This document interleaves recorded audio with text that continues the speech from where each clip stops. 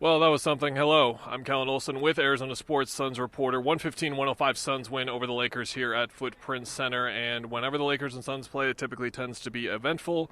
This one was eventful again. Patrick Beverley ejected. It's the second time he has shoved a Suns player in the back and gotten ejected for it. Devin Booker playing physical defense on Austin Reeves gets called for a foul that is later upgraded to a flagrant one. Devin Booker stood over Austin Reeves for a second and stared at him. DeAndre Ayton seemed to come over and start to do the same. Patrick Beverley had seen enough, shoved DeAndre Ayton in the back. He fell down, and then from there, thankfully, nothing else really happened for the sake of just both these teams keeping their players on the court. I would assume suspension is coming for Patrick Beverley, but no one else really did enough to warrant that. Luckily, DeAndre Ayton was already pretty far separated from the fracas, the kerfuffle, the scuffle, the brouhaha, whatever you want to call it.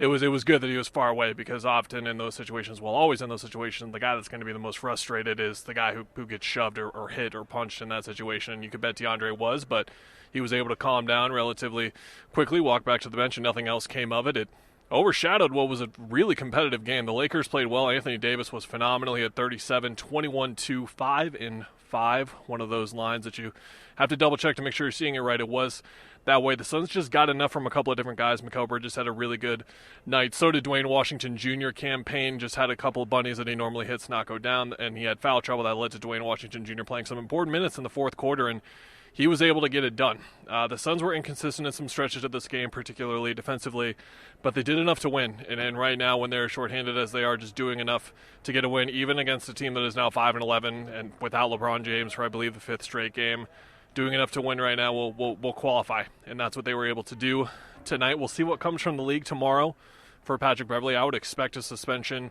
Monty Williams said that he wants the league to start to look into something like that. Specifically, Devin Booker, of course, had the quote on TNT after the game where he said he wants to see Patrick Beverley, if he's going to shove it, he wants to shove him in his chest, not in his back, since it's the second time. Of course, Chris Paul, 2 postseasons ago, got the shove in the back. He was smiling and laughing after, and we kind of saw DeAndre Ayton and Mikal Bridges briefly smiling as well, and both of them told me after the game that it just kind of came down to having someone reach their breaking point against them and not losing their cool.